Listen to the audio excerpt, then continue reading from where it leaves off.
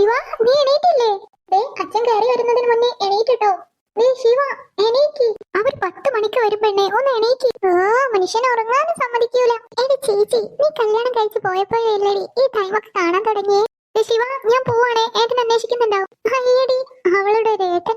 എല്ലാവരോടും പറഞ്ഞാലോ പൊന്നുമോള് പ്രേമിച്ച കഥ. ഒന്ന് പതുക്കെ. നീ കുട്ടി പിശാചേ, നീ ഇത് കൊളാക്കും. കൊല്ലി നിന്നെ ഞാൻ. കല്യാണം കഴിഞ്ഞ് 2 ആഴ്ചയേ ആയുള്ളൂ. അപ്പോഴേക്കും നീ ഡിവോഴ്സ് ആക്കല്ലേ പ്ലീസ്. ഈശ്വരനെ ഓർത്ത് നീ ഒന്ന് എണീറ്റ് വാ. അമ്പലത്തിൽ പോണ്ടേ? എന്ത് കോലാടിയത്. അവളൊരു തൊപ്പിയും. മതി മതി, വേഗം വന്നേക്കണേ. ശരി. ആ പോയത് ആരാന്നറിയണ്ടേ? ആദ്യം ഞാൻ എന്നെ കുറിച്ച് പറയാം. എന്റെ പേര് ശിവാംഗി. ശിവാന്നെല്ലാരും വിളിക്കും. ഇപ്പോ എന്റെ അടുത്തുനിന്ന് പോയതാണ് എന്റെ വല്യച്ഛന്റെ മോള് കാർത്തിക. കാർത്തെന്നാ എല്ലാരും വിളിക്കുന്നേ. ഞങ്ങൾ തമ്മിൽ 2 വയസ്സിന് ഡിഫറൻറ്റേ ഉള്ളൂ. എന്റെ ബെസ്റ്റ് ഫ്രണ്ടും കൂടെയാണ് കേട്ടോ. എന്റെ അച്ഛൻ ദേവൻ, അമ്മ സീത. എന്റെ ജനനത്തോടെ അമ്മ മരിച്ചു. അച്ഛനെ എല്ലാവരും ഒരുപാട് നിർബന്ധിച്ചെങ്കിലും പിന്നെ ഒരു വിവാഹത്തിന് അച്ഛൻ തയ്യാറല്ലായിരുന്നു. അമ്മയോടുള്ള സ്നേഹം, അതിനുപരി രണ്ടാമതൊരു വിവാഹം കഴിച്ച എന്നെ അവര് നോക്കുമോ എന്നൊക്കെ ഭയന്ന്. പിന്നീട് എന്നെ നോക്കിയതൊക്കെ കാർത്തുവിന്റെ അമ്മയാ. എന്നെയും കാർത്തുവിനെയും ഒരുപോലെ പാലൂട്ടി വളർത്തി. കാർത്തുവിന്റെ കല്യാണം കഴിഞ്ഞിട്ട് 2 ആഴ്ചയേ ആയിട്ടുള്ളൂ. ലവ് മാരേജ് ആയിരുന്നു. പക്ഷേ പക്ക അറേഞ്ച് മാരേജ് എന്നാ ഇവിടെ വെപ്പ്. കാരണം ഈ തറവാട്ടിലാർക്കും പ്രണയം എന്ന വാക്ക് കേൾക്കുന്നതേ കലിപ്പ. അതിനൊക്കെ കാരണങ്ങളുണ്ട്. അതൊക്കെ ഞാൻ പയ്യെ പറയാം. അപ്പൊ നിങ്ങൾ ചിന്തിക്കുന്നുണ്ടാവും കാർത്തുവിന്റെ മാരേജ് എങ്ങനെ നടന്നല്ലേ. അതൊക്കെ ഞങ്ങളെ ഐഡിയ ആണ്. പിന്നെ ഇന്നത്തെ ദിവസത്തിനൊരു പ്രത്യേകത ഉണ്ട്. ഇന്ന് തന്നെ ഒരു കൂട്ടർ കാണാൻ വരുന്നുണ്ട്. അപ്പൊ എന്നെ കുറിച്ച് ഏകദേശം മനസ്സിലായല്ലോ. ബാക്കിയൊക്കെ നമുക്ക് കഥയിലൂടെ മനസ്സിലാക്കാം. അല്ലമ്മേ, അല്ല പെണ്ണെ, നീ ഇനിയും പോയില്ലേ? വേഗം ചായ കുടിച്ച് ഡ്രസ്സ് മാറി അമ്പലത്തിൽ പോവാൻ നോക്ക്. ഇന്നലെ നിന്നെ എത്ര ഉപദേശിച്ചതാ. വേഗം ചായ കുടിച്ച് പോവാൻ നോക്ക്. പോയി വരാവേ. ഇത് ഞാൻ എടുക്കുവാണേ. ബൈ. അല്ല ശിവ, നീ എന്താ നോക്കുന്നേ? വേഗം നടന്നോട്. ചേച്ചി, അതാരാ നോക്ക്? അപ്പച്ചി. അതാരാന്ന് നിങ്ങൾക്ക് മനസ്സിലായോ? എന്റെ അച്ഛന്റെയും വല്യച്ഛന്റെയും ഒരേ ഒരു പെങ്ങള് സുഭദ്ര. ഒരേ ഒരു പെങ്ങളായത് കൊണ്ട് തന്നെ ലാളിച്ചും കൊഞ്ചിച്ചും വളർത്തി. അവരുടെ എല്ലാ വാശിക്കും കൂട്ടായിരുന്നു ആങ്ങളമാര്. അങ്ങനെ കല്യാണപ്രായം എത്തിയപ്പോ കല്യാണ ദിവസം രാവിലെ അപ്പച്ചി വേറൊരാളുമായി ഒളിച്ചോടി. ആ പന്തലിൽ വെച്ച് അവിടെ വെച്ച് അച്ഛൻ കൊഞ്ഞു വീണ് മരിച്ചു. പിന്നെ അപ്പച്ചിയോട് ആരും ക്ഷമിക്കാൻ തയ്യാറായില്ല. ഈ അടുത്താണ് അച്ഛമ്മക്ക് ഒരു നെഞ്ചുവേദന വന്നത്. അതിൽ പിന്നെ അപ്പച്ചിയെ കാണണമെന്ന് പറഞ്ഞ് അങ്ങനെ ഒരുവിധം വഴക്കൊക്കെ തീർന്നു. ആ ഒരു നെഞ്ചുവേദന കാരണമാണ് ഇപ്പൊ എന്റെ കല്യാണവും വേഗം നോക്കുന്നേ. അപ്പച്ചി, ആരിത്? രണ്ടാളുണ്ടല്ലോ. അപ്പച്ചിന്റെ വീട്ടിലേക്ക് വരൂലേ? വരും മോളെ. അല്ല, നീ എപ്പോഴേ എത്തിയേ? ഞങ്ങൾ ഇന്നലെ വൈകുന്നേരം എത്തി. ഇന്ന് വൈകുന്നേരം പോവും. അല്ല, മണവാട്ടി പെണ്ണെന്തേ മിണ്ടാത്തേ? എന്നെ അപ്പച്ചി കണ്ടിരുന്നോ? ഞാൻ കരുതി അവളെ മാത്രമേ കണ്ടുള്ളൂന്ന്. എന്റെ മോളെ, അങ്ങനെ അപ്പച്ചി നിന്നെ കാണാതിരിക്കോ? അല്ല, മീനോട്ടി വന്നില്ലേ? എവിടെ? അവള് നല്ല ഉറക്ക. വീട്ടിലേക്ക് വരുമ്പോ അവളെയും കൂട്ടണേ. ആ മോളെ, അവൾ ഇന്നലെ മുതൽ കിടന്നു തുള്ളുവാ നിന്റെ ചെക്കനെ കാണാനുള്ള ധൃതി. അല്ല, നിന്റെ ചെക്കൻ വന്നില്ലേ? അപ്പച്ചി അതാ അവിടെ ഉണ്ട്. അല്ല, എന്നാ തിരിച്ചു പോകുന്നേ? അടുത്ത ആഴ്ച പോണപ്പച്ചി. അവിടെ ഒരു ഫ്ലാറ്റ് റെഡിയാക്കുന്നുണ്ട്. ഇതൊക്കെ എപ്പോ?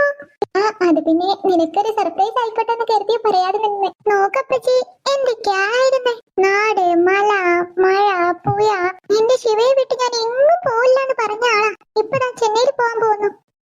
നാളെ വല്ല ചേച്ചി നിനക്ക്? തരത്തിനും വാക്ക് മാറ്റി പറയാൻ. ഇനി രണ്ടു നമുക്ക് കൂടണ്ട. അല്ല, നിങ്ങൾ ഇറങ്ങുമല്ലേ?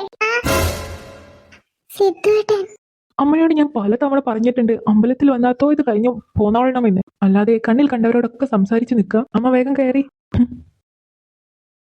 അല്ല, ആ പോയത് സിദ്ധാർത്ഥല്ലേ? അപ്പച്ചിയുടെ മോൻ. കല്യാണത്തിനൊന്ന് കണ്ട ഓർമ്മയുണ്ട്. അത് തന്നെ അപ്പച്ചി നിർബന്ധിച്ച് കൊണ്ടുവന്ന. അല്ല, അതെന്താ അങ്ങനെ? അയാൾക്കെന്താ ഇത്ര ദേഷ്യം? ചുരുക്ക് തറവാട്ടിൽ പിറക്കാത്തതിന്റെ. എടി ചേച്ചി, അനാവശ്യം പറയല്ലേ. സിദ്ധാർത്ഥിന്റെ സപ്പോർട്ട് സിസ്റ്റം പ്രവർത്തിക്കാൻ തുടങ്ങി. ഞാൻ തൊഴുതു വരാം.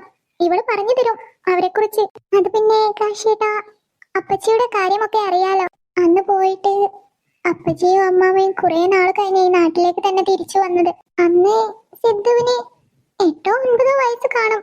എനിക്ക് 5 ആണെന്ന് തോന്നുന്നു.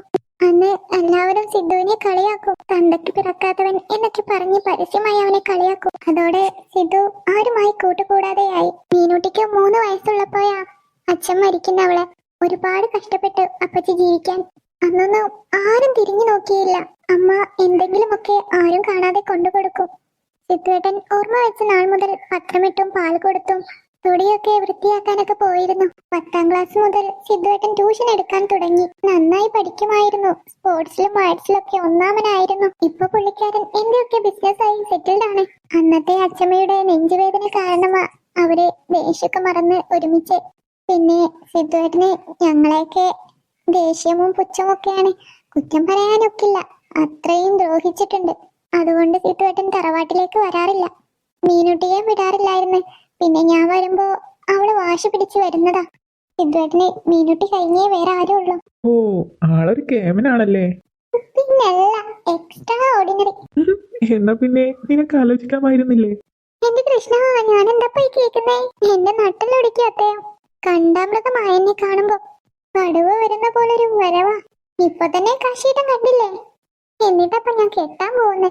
ഓ, അപ്പൊ ഈ ശിവക്ക് ഈ ലോകത്ത് പേടിയുള്ള ഒരേ ഒരു വ്യക്തിയാണല്ലേ അവൻ?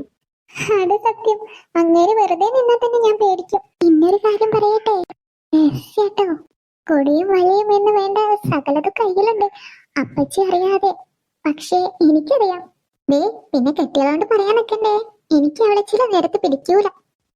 അതെന്തേ? അതിപ്പോ ഇത്ര ചോദിക്കപ്പോ തന്നെ കണ്ടില്ലേ അവള് പറഞ്ഞേ, തറവാട്ടിൽ പിറക്കാത്തതിന്റെ ചൊരുക്കാണെന്ന്. എനിക്ക് അങ്ങനെ പറയുന്നൊന്നും ഇഷ്ടല്ല.